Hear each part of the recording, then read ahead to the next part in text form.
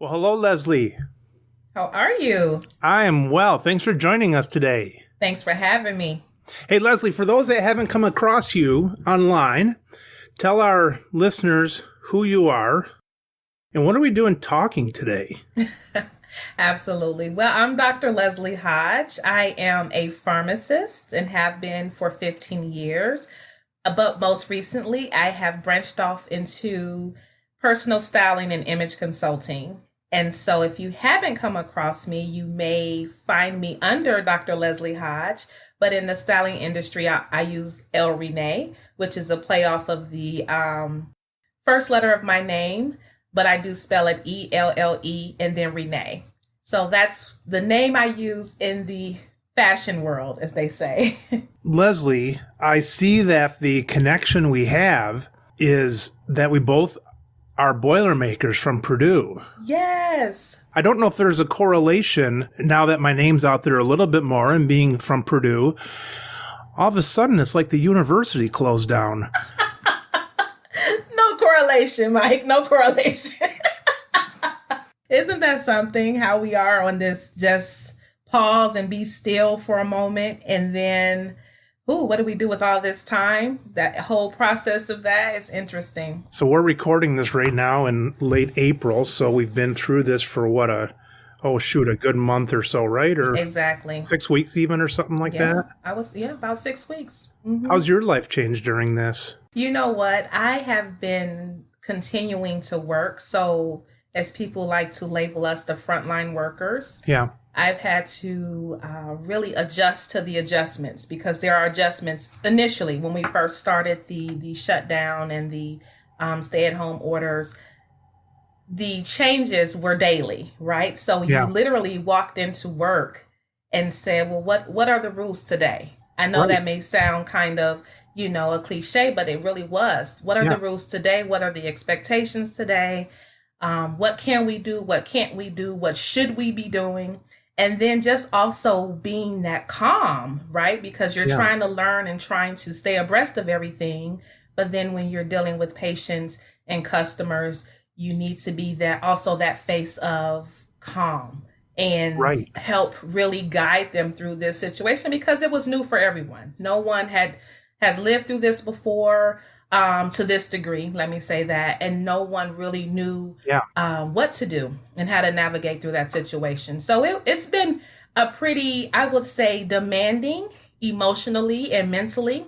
If you Yeah. think about it, the physical hasn't really caught up to me yet, but when you're going nonstop, we tend not to recognize the physical changes more Right. so than the mental changes. So that's been my life for the last 5 6 weeks, as you say, and then just kind of creating that balance though too, right? So you can't just consume everything, Right. and because you will go a little bit, lose it a little bit, but you still want to stay informed and stay abreast. So it's just been a balance with that. So your day to day is retail. Yes, day to day is retail. And so I was part of that. We hear about the stories, we see the stories on TV about the toilet paper and the hand sanitizer and the gloves and the mask selling out, and it's just still going back to navigating through that and helping people understand like why things aren't in stock and the difference between the difference between stocking up your home and stockpiling, right? So there's a difference in just hoarding and people really just consuming what they could because they could. And so it was interesting. And it's calmed down a little bit, I can say, as far as on my end. Yeah. But initially it was a little like, come on, people, let's stop for a minute. Let's pause. Yeah. We'll get through this and think about the other person, right? Think about the person next to you. Take me through your graduation and your decision to be in community versus all the other options because I'm community pharmacist. I've been forever. That's a great question. And it's so funny because when you ask most pharmacists, why they became pharmacists, a lot of times you hear, because we love people. Right. We love people. And for me, the community pharmacy sector allowed me to have that direct one-on-one interaction and contact with people. Yeah. And I just love the idea of each day being different, and not saying it's not like that in any other sector, but in community pharmacy, you knew each day was going to be different. You knew each interaction would be different. And I felt like having those type of experiences would help me not only develop as a person professionally, but also personally. So it was just a domino effect, right? Because when you're helping someone, I think that's truly the biggest gift. It's not receiving, it's giving. So when you're helping someone get that understanding, get that peace of mind, it's a win-win for you as the provider as well as the patient. And so I've just enjoyed that from day one. I still do. From, I will say, maybe 2015, that desire became a little bit more intensified, where I really wanted people to have that one-on-one experience and that personal experience. And so I started my own consulting company called Scripts and Beyond. And that the whole focus of that, which the tagline is a pharmacist focused on you, was to have those situations where people needed those extra minutes, those extra times with the pharmacist to speak to them about medications, interactions, food interactions, condition and drug interactions, and just really get those questions answered that they couldn't get answered when they do come to the pharmacy window, right? Because most of the time people are in a rush. They have their ice cream in their cart. They're just ready to go. And we know as pharmacists, we're the last stop before they get home with their medication and begin to ingest that medication. So I understood early on that there's a little bit more time that's needed. We're just not able to give it in those settings. And so creating a solution to that was what led me to launch in 2015 Scripts and Beyond. You know, that's really interesting when you bring up the idea of customers not having time, because we always hear about the other side in pharmacy, about pharmacists don't have enough time and that. And I haven't given that much thought until you just said it right now about customers. They're maybe not in the best learning mode when they're standing there with their ice cream melting or whatever, having to go to the next stop. You know, they don't usually come to the pharmacy with nothing else on their agenda for the day. Absolutely. That's a really interesting way to put that. Let me play devil's advocate. How do you as a pharmacist get away from a long talker? Do you nod and slowly back up like I do? Oh, boy. Oh, yes. I am a nodder, a backer upper. I am a keep the lid on the can of worms. It's so funny you asked that because my staff kind of makes fun of me with that. They say, oh, you tried to get out of that one, didn't you? And, and it's funny because we have to keep things, you know, fun and engaging too for our staff. Right. But I've come to recognize, not always, who is going to be a time consumer for me, right? Whether it's the conversation that has nothing to do with their medication, right? Absolutely not. Or if they want to have a conversation that they probably should be having with not just their physician, but a specialist, right? Because we've talked about this for months or years, and you still want me to tell you what to do. And I've already told you or recommended that you go and see, you know, this person, that, or the other. And so, yes, I absolutely am a nodder. Yeah. And then I like that. I'm absolutely what's the word I want to use? It's kind of like, you know, those trigger words, because you can ask a question. So you can ask a question and know that is just going to lead down the road. And so I will just try to restrain myself and say, okay, even though I may want to know, Mike, I'm like, today's not the day. Yeah. Because again, it's so much to do, right? It's so much to do. And we say that, but there are times where there really is so much to do, or that person who's been waiting is looking at you and they're like, I know you are not about to keep talking to that person. I dare you to smile I dare you to chuckle. And before all this COVID stuff, I'm a hugger. And so I had to learn to pull back on the hugs because then the hugs lead out. And so it's just that whole, we're multifunctional, professionals anyway. So I have to kind of gauge the atmosphere and the environment and who's going to be receptive to this today. And that's right. Hopefully people will pick up on it. Yeah, and you hope so. But there's always that one or two that's like, they didn't get it. They didn't get that you were trying to leave, or they didn't get that today wasn't the day. Yeah.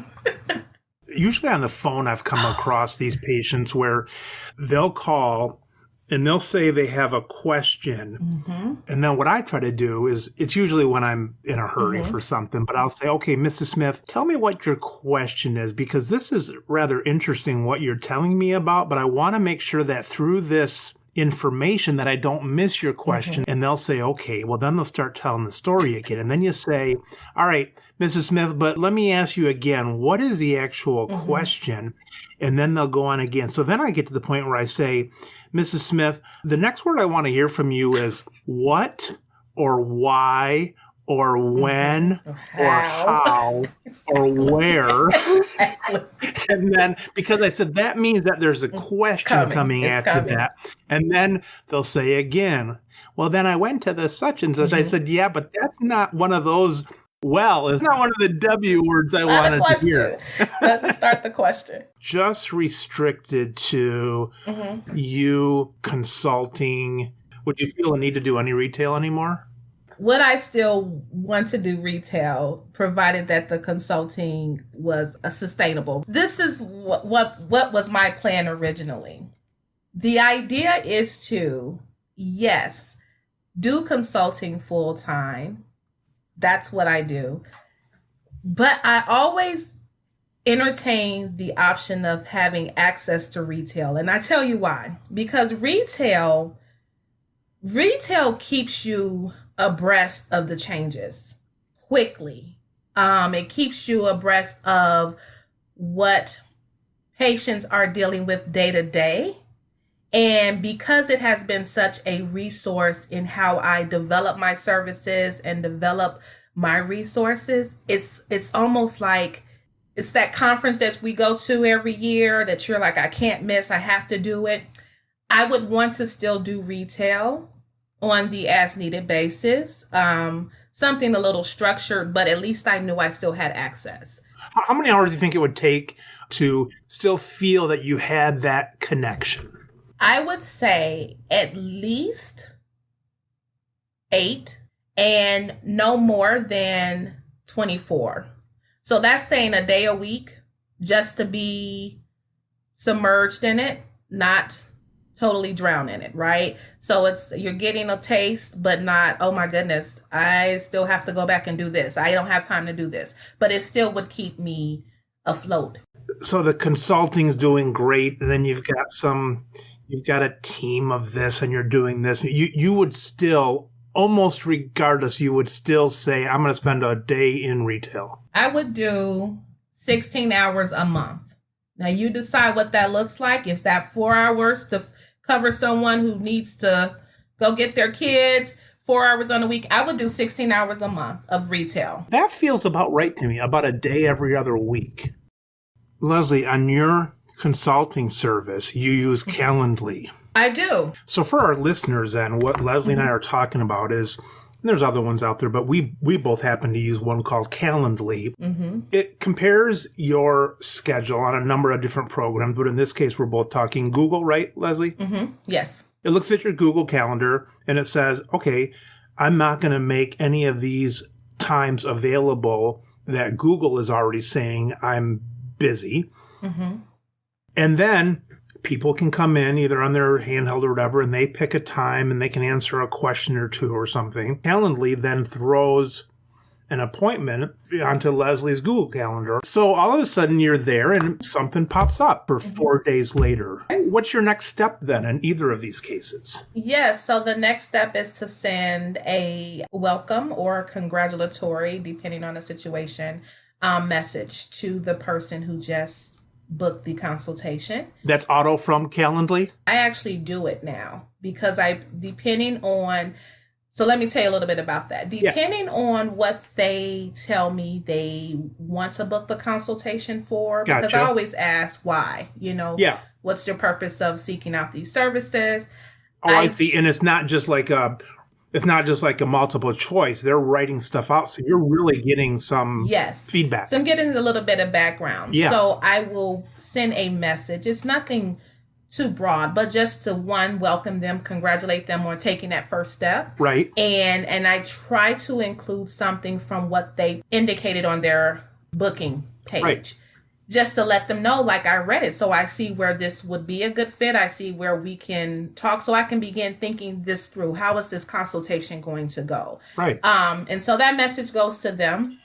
In the event of the personal styling, also in that message is a link to a questionnaire that gets very specific as far as what are they hoping will be the end result of this styling consultation. How would they describe their style now,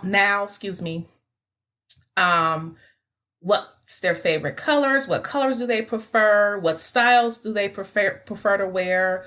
What are they hoping people will begin to see them as? What do they see themselves as now? So it really gets them to thinking, like, why am I going to take this time to invest in myself when it comes to my outer appearance and my image and my style? So I have questions. It's about maybe 10 or 12 questions. So it's not too lengthy, but it does give me a good foundation. So when we do talk and we do have that complimentary consultation, we're not collecting basic information, right? We're getting down to it. This is what you told me. This is what you're hoping this will do. Let's talk about that and why. Forget what the product is. Forget that we're talking stylist or pharmacy. Mm-hmm. How do you decide is the right amount to ask right away to inch them along? It's really been trial and error. So the right amount of information, really, it comes from what their initial drive is, right? So that's the thing I've found this, and you may agree with this too. There's a difference between selling a product and a service. And what I have found is the service industry is, you have to approach it like an investment, right? So it's 9 times out of 10, it's not anything really tangible. You can't go in and say, hey, I want that cup and I'm going to spend $10 because I know I want that cup because I need that cup for my coffee, and that's it, right? They're good. But when you have a service, you are helping the person come to understand, not so much you're helping them, but you're helping them understand where there is a need and how you can fill that gap for them, because they may not realize that they need your services, right? They know they need a cup because they have to drink coffee. I'm just saying, they have to drink coffee all day at work. Right. So they know they need a cup that's going to keep it hot or cold, however they prefer. They know they need that. But when you're selling a service, you're selling a process. You're not selling the end result right away. Yes, the end result is you will have great clothes. You will have a wardrobe that you love. Absolutely. But what's the process of getting there? Because even if you have on great clothes and you don't know how to piece them together, or they don't make you feel a certain way so that when you do put those clothes on, that you're showing up as your best self and you're showing up as your confident self.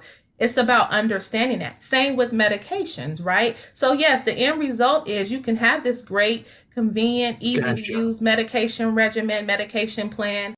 Great. But if you don't understand the process as to why this medication regimen is important, and important that you follow it, so that way we don't end up in the emergency room and we don't end up with another cardiovascular event, then we don't see the value. So it's different. It's totally different than that physical product. With the medicine, you can take them down like the road, and people don't personalize that. Like, okay, I'll be in the emergency room. But you can't say in your like print or online, you can't say Do you want people to stop laughing at you? You can. Do you want people? You can. Huh? You can. I disagree with that. You sure can. Do you want? You can? Absolutely. Do you want people to stop laughing at you? Do you want to stop being overlooked for that high level position? Do you want to be considered? Do you want to be invited to the table? Do you want to be invited into the boardroom?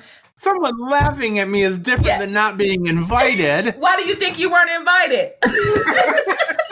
You mean all this time I tried to say, well, they only had so many people they could invite. I'm a laughing stock. That's not in the same category as not being invited. All right. It's up there, though. It's very close. Let me just tell you. We all know it's really there. We're just not saying it. We're not saying it, right? We have to convince ourselves that's not the case. But again, it really is that there's a connection. You say that about as much as you can without saying you're being laughed at or you're being looked over. You're being looked over. Yeah. So there is a connection between how you feel and how you show up. And that is something I always try to instill in my clients. How you feel, how you look, and how you show up will determine how productive you are. And you think about it, Mike, when you think about your best dressed days, right? You know that's those times when you have walked outside of your house and said, yeah, this is a good day. Even if you're not fashion conscious, right? You feel a certain type of way. You really do. I put on what's ever the top layer of the laundry basket. I'm just wearing what's on top. And I always wonder, why am I wearing the same things over and over? Because they're always on top. Easy access, right? I'm happy when I walk out with clothes on. Okay. And the neighbors are too, right? Yeah. The reality is some people understand the correlation between their, how they feel and how they dress and how they show up. So those are the people that are my ideal clients, right? Those are the people who are ready to, hey, I want to show the world what I am feeling on the inside, that I'm bold, I'm powerful, that I am ready for the next level. I'm ready to branch off into this, into that. I want how I show up on the outside to reflect that. Crap, I didn't know there was a correlation. Here you go. There is a correlation. All right, wait a minute. All right, hold on a second. Let's back up. Okay. You graduated in 2004 from Purdue. Yes. 10 years later, you start your consulting business, 2015. Bring me through business-wise the shift then from consulting with pharmacy to consulting with style. Okay. Was that a inner need? Was it like, I don't like where the pharmacy thing is going, or I'm bored? I mean, where was the shift and where is the shift, assuming that we're always creating? Right. Take me through that shift of the pathway of how things went with the pharmacy consulting and then why the shift into the clothing. And I can tell that you're very passionate about it. Mm-hmm. And so it's no wonder to me why you're doing it, but take the listeners through that. Sure. So I've always been into fashion, style. We'll use those terms interchangeably. I've always been into image, right? I've always understood that how you show up is how people will treat you, how people will interact with you. I've always had that correlation. I've always had that in mind. And so even with working in a retail setting, and yes, the white coat is, our uniform. We understand that. But I've always been that person who went the extra step. I've always been into dressing up. I used to wear high heels to work. So I would come through the front door, I would have on high heels, and I would wear them to work. I'll leave that there and I'll come back to that in a second. So one year, it was a team effort to get all the management team to paint the employee lounge, right? So they wanted all the management to paint this lounge. They wanted it to kind of be a service to the hourly associates. Well, I found it interesting that no one asked me. Okay, so we talk about the left out, and I'm a management. Why wouldn't they ask me? Right. So fast forward, one of the managers came and said, "Hey, did you check out the lounge? It's complete." I said, "Yeah, why didn't you guys ask me?" He Right. said, "We weren't going to ask you so you can come back there and paint in your high heels." So I laughed and I'm like, "Really?" And he said, "Yeah, we see you every morning coming in here. We're going to ask you to come paint that. You wouldn't have done that." But what he didn't know as he looked over the window is I had a pair of Rockports that I kept in the pharmacy, and I would change into my Rockports to work the day, but I would come in and leave out in my heels because that was my attire. So, people usually didn't look over the counter back then. Right. So he, all this time, and the managers were all male. They were always like, "You wear high heels. We weren't going to ask you to come and paint." Right. And so again, I say that as this is kind of like a image protector, right? So good. If that means I don't have to do the dirty work, absolutely. Keep thinking I wear high heels all day. That works for me. That works for me. But I've always been into style. I've always been into it. And I've done it for, friends, family, colleagues. And I just really wanted to do it. It was kind of pushed. I got a mentor and a coach here recently, and she was like, "What's one thing you would do if you was in pharmacy? What's one thing you would do?" And I said, "Hands." Why did you get the mentor or the coach?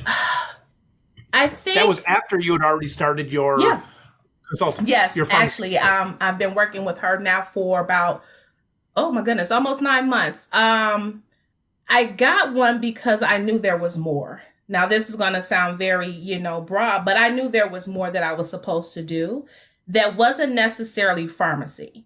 I just knew I had a passion, and I'm a big reader, and I love listening to different podcasts. And one of Bishop T.D. Jakes' books, he talks about whatever keeps you up at night, whatever keeps you up, whatever keeps you turning the page, there's a reason for that. And I'm telling you, I will turn the page. I will stay up all night looking at different things that are associated with fashion and style. And I am drawn to it. And even when no one else is paying attention, they're like, "What are you looking?" I'm like, "Did you see her coat?" They're like, "The coat? What? We're watching a movie." But I'm looking at how the actresses are dressed, how the, actors are dressed, what shoes they paired with it. I'm looking at that. And yes, I'm paying attention to the show or the movie, but I'm also looking at the wardrobe. When the question came to me during one of our coaching sessions, what's one thing you would do without outside of pharmacy that you would love to do? I said, be a fashion stylist. I love to get people ready. I love to get people that wow moment. And it's still like pharmacy to me. It's that aha moment, like, "Oh my goodness, I look amazing." That aha moment, going back to pharmacy, when people understand what happens when you don't take medications correctly and they aren't compliant, and you don't follow up with your lab results, and you don't follow up with those other doctor's appointments, those aha moments when they get it, that they're also part of their health and wellness journey, that aha moment, I live for that. I love that. I love being a part of that. And so even with styling, I love when people come in thinking one way, "Oh, I'm just going to put this on." I'm like, "Well, no, you can jazz it up. Here, put this, pop, pull your color up here, maybe put this underneath, add this bracelet, totally different look." It's like, oh, like the angels singing. That's just what I'm drawn to. I know the value of like one outside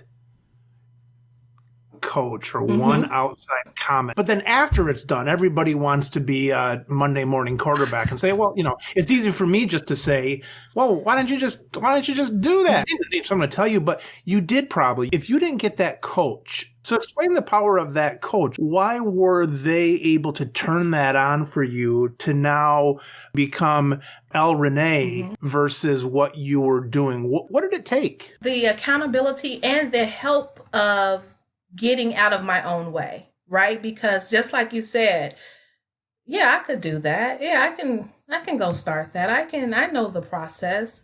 But we can just stay with our thoughts and stay with the what ifs as long as we allow ourselves to, right? But when Right. someone comes along and says, well, if this is what you desire, why haven't you done it? If this is Right. what you've been thinking, why haven't you taken the first step? It has really been just that accountability piece. And I thought this years ago, and it's so funny, it just came on last night. Being from Gary, Chicago Bulls fan, The Last Dance aired last night with Michael Jordan and the Chicago Bulls. And I've always thought, to me, the greatest of all time, if he had a coach, right? And then we start thinking about the greatest athletes. They have coaches too. They know what to do. They know how to get out there and shoot the ball, throw the ball, hit the tennis racket, hit the tennis ball with the tennis racket. They know that, but they still need someone to push them through, to get them out of their own way, to get them out of their comfort zone, to get them out of thinking, from thinking to doing. And that's what a coach and a mentor did for me. She moved me from thinking about it to actually doing it and putting the steps in motion and getting the process going. Because I will tell you, we're doing this now. This is April. You couldn't have told me this last April that I will be telling you that I have a personal stylist and image consulting company, and that I have clients, and that I'm, after we're done here, I have a client. Like, you couldn't have told me that. It would have been in my head. Like, ideally, I would have liked to say that, but to actually be able to say it and to actually be able to say that I'm doing it is so fulfilling. And it's just another part of the brain working, another passion being fulfilled. Before your coach, had you known that this was a possibility? I mean, I imagine different things could have gone through your head. Well, I'll open up a clothing store, or I'll write a book on this, or I'll do this. Was the consulting part something you visualized, not saw yourself doing, but at least you knew of that before your coach? I'm going to say yes. I'm going to say I saw it, but vague, right? I think I saw it as, that'd be nice to, I could do that.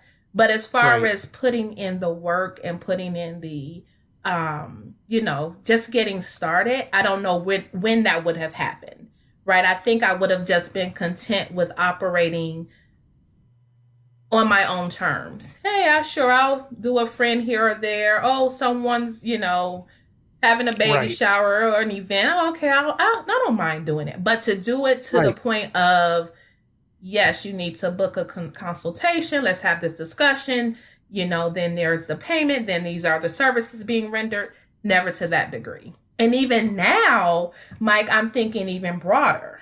Like, okay, if you can do that, that's just one aspect. What about if you tapped into this? What if you began your own accessory line, right? Because if you're styling people, they need accessories. Why not have your own El Rene accessories, whether it's belts, bracelets, whatever the case may be? I'm still thinking. So this is a beginning. It's like a key opening, the lock to your thoughts and really just allowing you to really embrace them and then act upon them, right? Because we think about a lot of stuff all day long, but it was just something that I didn't think would grow as fast as it has. And then now it's just like limitless. There's so much more to do. Is it coincidental that your first step, or one of the larger steps into the styling, came with the same sort of business pattern like we talked about Calendly, it being a service, someone signing up maybe for a consultation, this and that? Was that by chance, or did you think, I've already done this, I can mold it to that? Yeah, I think it was a combination. I think I saw what worked, or what has worked with a personalized service, because they do mirror each other, right? You have this personalized service. You're getting people to an end result, right? Yeah. So you create what the end result looks like, but now we need to do the process to get there. So why not do the same steps? Why not still have the consultation? Let's first see if this is really what you want to do. And if I can help you, because you may have a totally different idea of what a personal stylist does or image consultant does than what I can do or willing to do. So having that conversation, saying with patients and clients, for the pharmacy consulting business, they may have a different idea of what a personal pharmacist is. And I can share some of those stories for days. I'm like, no, I don't do that. I don't deliver the meds to you. I don't do anything with meds. I deliver information. I deliver, I always say I dispense education. I dispense information. I'm not dispensing medication. So it's just having that conversation to make sure we're have the same understanding. Why not mirror that and then have the process? So yes, I would say how I structured Scripts and Beyond is how I structured Who's Your Stylist and Image Consulting, as far as the process, as far as the onboarding, and then as far as the end result, which is the person having that aha moment. Like, I get it and it's worth it. And now I feel better about myself and I'm able to go out here and, duplicate this over and over. What were the negatives that stood in your way? The biggest thing was, and it's really I will say both, is getting people to understand the value. So we talk about the pharmacy consulting business. Most people, when you ask them what a pharmacist does, they always think about us in the white coat behind the big counter, can't get access to us, right? So helping people and painting a picture for people to see, no, we can come from behind the counter and actually I can take off the white coat and we can sit at this table and you are the focus, and helping people understand that and getting them to see that why this is valuable, why this is going to impact not just your life today, but can literally change the course of your life. That was the hardest part. And really getting people to differentiate between, well, I can just go talk to the pharmacist at, the local store. I won't say brands or anything. I can just go talk to them. Okay, that's fine. But what happens when you have that question a week after starting a new med? Do you go back to that pharmacy or do you wait till your doctor's appointment, which is scheduled for 90 days or 180 days later? So it's getting them to see that. So to me, that was it was a negative, but it was a growing season, because I was able to really, really help define what people thought about pharmacists and really getting them to see, like, aha, yes, I can use you. I can utilize you. I do need to include you on my healthcare team. I always start off, I shouldn't say always, but most of the presentations I do, I'll ask people what their healthcare team consists of. And very seldom do they include pharmacists. They don't think about that, right? But it's so important. I have to, again, communicate the importance and what we bring to the table, because people really don't know. They just think of us as one-dimensional, pill bottle, label, and hand it to them. I'm like, no, the wealth of information that we have. Style-wise, did you believe that the whole time, or did you have to raise your belief in what value you had? It has increased as I've said it. I think I knew it, but I didn't know how to put it into practice, and I really didn't realize how valuable. And ultimately, people have to put a price on it. Exactly. I didn't. And even now, I'll get comments that say, you need to charge way more than this after we're done, right? After we're done. But you need to charge way more than this. And I'm like, really? And I always ask why. Why do you think that, right? Because, most people don't have this limitless income, but they're like, just how I feel now, how, I know what I'm able to do, what I'm empowered to do, all from working with you. And so it's like, okay, thank you, take that into consideration. They say other things, but I don't think that I really understood the value. I really don't. And each client helps me, raises that each time, right? It's like, okay, kind of finding your rhythm too, right? Because again, the question came to me last year, if you could do anything that was not related to pharmacy. And the second part of that question was, and if you could do it for free, what would you do? And I'm like, styling. Like, because I had not put a value on, I'm like, styling, easily, hands down. I love pharmacy. So I have to say this, and it's not to, try to sell people. And I love pharmacy. I really do. And I love the impact that I have had, I know I've had in my career thus far.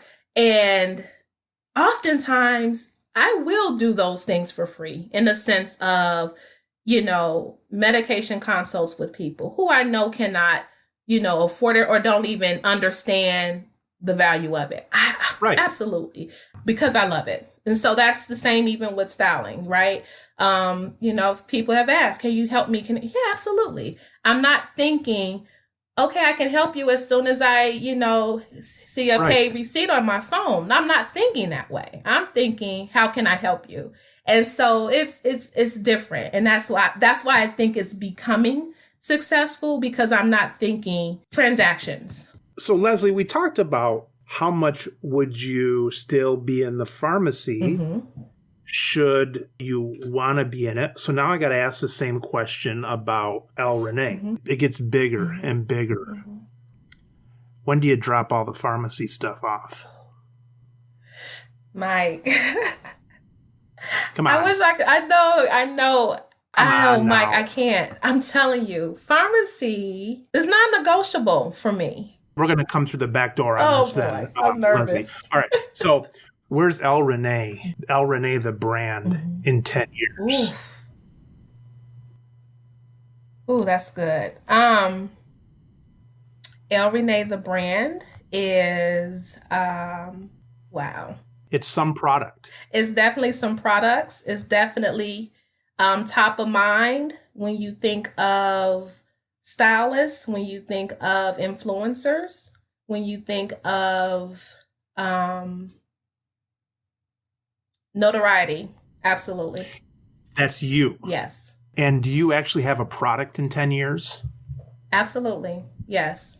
Is it a purse? It's a physical product. So I'm leaning toward accessories, because that's my signature. And I think about what changes the whole dynamic of an outfit over attire is accessories. Yeah.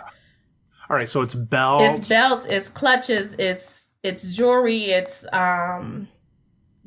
those things those add-ons, right? So you have your outfit, but I'm gonna come in and do the El Rene add-ons, and you're ready. Yes. All right. But also you're the image of it too, though, right? Absolutely. El Rene, the product, and then El Rene, the El Rene. Yes. The image, right? All right. So at some point here, when you're known for this, at some point there quickly, Leslie, you lose a ton of stuff, because now you're in a high rise in Indy. You're on like the 25th floor, 26th and 7th, but you're 25th. That's where the bigger window offices and so on. But now, no longer are you talking to the little people. You're having meetings with your head of marketing and your head of distribution and your head of international sales and your head of, this and this. And then you're flying off for all this. You're not even talking to your clients anymore, except if it's through scalable things like your TV show and your 3D hologram, this and that, where you're dressing people and all that stuff. So unless you put a damper on this, there's not even time to talk to your fashion people anymore. And to see that aha moment face to face, you no longer can see that because you're just on the 25th floor. You can no longer see the aha moment of the pharmacy anymore because you think your style customers are little. Now think about the little people back in the pharmacy. You're huge. But the aha moment that you mentioned that you love, it's there. You can see it's there because of the billions that you're counting. But you haven't seen that aha moment now in like 6 years, since like 2024. So now what do? Pharmacy's gone. You're not even working. Oh, goodness. Face to face with fashion people and seeing their eyes light up. You're in this big building in Indianapolis on the 25th floor. And then you call me up and you say, Mike, I should have thought more about that, how big I wanted to get, and I should have listened to those questions. Oof. Should I hang on to pharmacy or not? Man. When do you drop all that? You got to think about these things if you're really going to get huge. When you get huge, you're going to lose the little people. They'll say, Mike wants to do a follow-up podcast. And you'll say, Mike, Yeah, the pharmacist, and you'll say, what's a pharmacist? Oh my goodness. My You're going to be so far removed? Mike, okay, so let me just say this. I'm loving this conversation. It's very thought provoking, and this is why this answers a question you asked earlier. Why did I get a coach? For this very reason, right? Because I have not thought that far, right? I still think, again, I will have the ability to do what I want to do. But I haven't thought about the exponential growth like that. Like, to hear you say that, like, I can't wait to replay this, right? Just to hear the things that you were speaking. And I'm like, Yeah. wow. Oh, wow. Yeah. I haven't thought that. I've always thought about that. It's like, what if someone gave me like millions of dollars and I had a bunch of pharmacies? The reason I say that to you, because I've thought of that myself.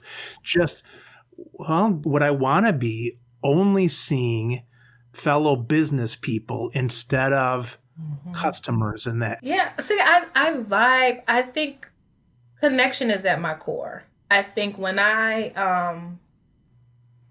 think about who I am, connecting to people is a big part of me. So, and I don't mean connecting in a superficial way, not just to say we talked and we had a conversation and we had a business transaction. I mean, really connecting with people. So I think that desire, that need is there. And I just, even going back to what you were saying, I'm like, wow, like I hadn't thought about it to that such a grand scale, but like, you sure there's not a way I could still work, pick up a shift to be, with people? Like, there's no way we could work that in. Like, in my head, I'm thinking about that. Like, and you probably could, but it would cost you. Yeah. Let's just say you're at that degree. You'd be paying to do that. Like, you'd be losing like $1 million every time you traveled somewhere to spend the day doing that. Okay, now here's a trick I was playing on you. Let's scale that back a little bit. But at least you could dump pharmacy. At least you could still get that beautiful interaction from people. So let's say I say, no, let's not do the 25th floor. Let's stop things a little bit before that. Still allow Leslie to see the aha moment. Is the aha moment enough in style? Or are you still going to say you got to go back to pharmacy? Let me say, the Leslie right now still wants to go back to pharmacy. Like, I still have that love for pharmacy. I do. That's why I say right now, because you're right. Like, you just got me thinking, but right now, yes, it's still that love. Absolutely. And I say that in a sense of, I understand the power of one. And I understand that one question, that one interaction, that one confirmation can literally change the trajectory of someone's life. And I love being a part of that. Yeah. That's it. I love being a part of that. And so, even if it's not in the community setting, even if it's not that, we talked about earlier, that 4 hours a week. Right. Even if it's just, hey, I'm sending someone your way. They need your help. They are overwhelmed. Right. Then I'm good. You know what I mean? Like, I think that's that, still want to stay connected. When you talk about changing someone's life, that's because truly, truly by that interaction, you truly can change their whole life. Absolutely. Right. And it's not just them. Like, if we understand that one change and how that impacts everyone that they're connected to, everything they're connected to, their family, their friends, their community, their church, like, your one interaction just changes that completely. What's your fear moving forward? Ooh. Or don't you have one? I do. Actually, I do. I'm just trying to think of how to word it. Um, my biggest fear right now is letting go of what's always been. Hmm. Um, it's so easy to stay where it's familiar, it's comfortable, it's easy. You don't have to think about it. Right. Has challenges, but not necessarily challenging for you, right? You know, we there's a difference. I've learned there's a difference to things that challenge you and things that are challenging. So really, that's my fear right now. That's putting it out there, being very transparent, is wanting to see what's on the other side, but fearful of what's on the other side.